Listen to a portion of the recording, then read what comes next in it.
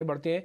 New India assurance के number आ चुके हैं, चौथी तिमाही के नंबर नतीजों पर बातचीत करने के लिए मेरे सहयोगी अनुराग शाह ने सीएमडी नीरजा कपूर से बातचीत की है। आइए सुनते पहले इसको और उसके बाद फिर हम जरा विवेक जी से बातचीत करेंगे और जरा न्यू इंडिया एश्योरेंस के बारे में उनसे चर्चा करेंगे। पहले इस चर्चा को सुनते हैं।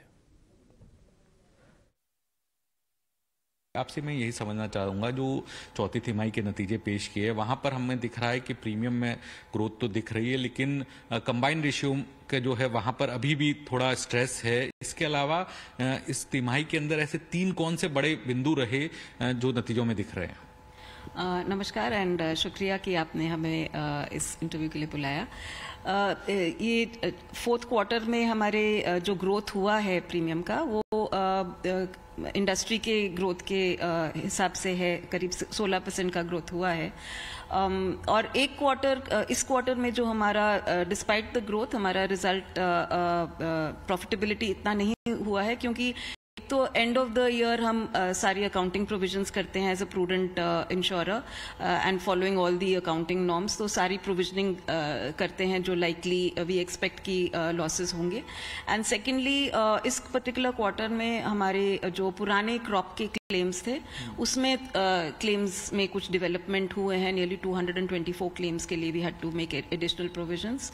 और साथ में जो हमारे फॉरेन ऑफिसेज हैं वहाँ पे थोड़े से लार्ज क्लेम्स रिपोर्ट हुए हैं, पर्टिकुलरली कैटास्ट्रोफिक क्लेम्स। जैसे न्यूजीलैंड ऑकलैंड में फ्लड क्लेम्स 2 बार आए थे इसी क्वार्टर में, और टर्की में अर्थक्वेक का क्लेम्स हैं, उसमें कुछ इम्पैक्ट आया है। और ऐसे कुछ और क्लेम्स थे जो फॉरेन ऑफिसेज से आए हैं, तो उसका इम्पैक्ट इस क्वार्टर में हुआ है। मगर आई वुड रिक्वेस्ट कि एक ही क्वार्टर में देखें ना, क्योंकि इंश्योरेंस सेक्टर ऐसा है कि पूरे साल का नतीजा देखना चाहिए। एक ही क्वार्टर में देखेंगे तो ऐसा हो सकता है कि 2 क्वार्टर या 3 क्वार्टर में बहुत अच्छा एक्सपीरियंस रहा हो, मगर फोर्थ क्वार्टर में एडवर्स जाता है। तो पूरे साल का अगर आप देखें तो न्यू इंडिया ने बहुत अच्छा परफॉर्मेंस किया है, और हमारा प्रॉफिट आफ्टर टैक्स 1055 करोड़ है। पिछले साल इसी समय पूरे साल के लिए 21-22 का परफॉर्मेंस में हमारा profit after tax only 164 crore था। चलिए, तो बिल्कुल न्यू इंडिया एश्योरेंस के सीएमडी से हमने बातचीत की और ये बातचीत आपको सुनाई। विवेक, आपसे जानना चाहेंगे, न्यू इंडिया एश्योरेंस की अगर बात करें, वाटरफॉर्म में इंडस्ट्री के मुताबिक 16% ग्रोथ देखने को मिली। हालांकि कुछ चैलेंजेस जरूर रहे जिसके चलते कारोबार पर, नतीजों पर एक इम्पैक्ट पड़ता हुआ दिखा, लेकिन सभी सेगमेंट्स में कई तरह के नए प्रोडक्ट्स लॉन्च कर रही है कंपनी। क्या इसका एक पॉजिटिव बेनिफिट कंपनी को मिलता हुआ आगे दिखेगा आपके हिसाब से? मानसी, मैं इस स्पेस पे पॉजिटिव नहीं हूँ। इसके 1-2 कारण भी बताता हूँ मैं।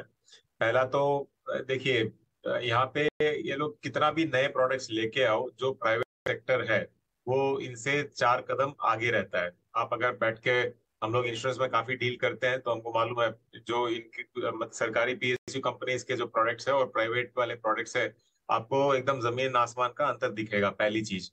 दूसरी चीज, मुझे लगता है कि इंश्योरेंस काफी वेल पेनेट्रेटेड है ऑलरेडी इंडिया में, तो इससे आगे चल के बहुत ज्यादा ग्रोथ, जो प्रीमियम इंक्रीज होता है वो ग्रोथ होगा, लेकिन बहुत ज्यादा नए कस्टमर्स इनको मिलेंगे ये नहीं होने वाला है। अगर सही में किसी को इंश्योरेंस पे ध्यान देना हो, तो मेरे हिसाब से सिर्फ एक कंपनी इस स्पेस में सबसे बेस्ट मुझे जो लगती है वो है पॉलिसी बाजार।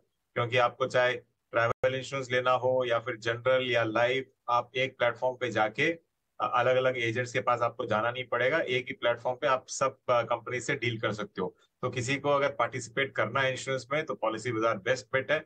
ये सब एक दिन की चांदी है।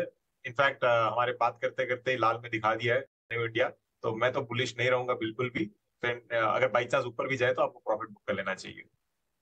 आप प्रॉफिट बुक करें। आप फंडामेंटली राय जो विवेक दे रहे हैं हमें, वो पॉलिसी बाजार, पीबी फिनटेक, बिल्कुल ये स्टॉक इनफैक्ट चल भी रहा है और इसमें कई ब्लॉक डील्स भी लगी हैं। लेकिन इस बीच आज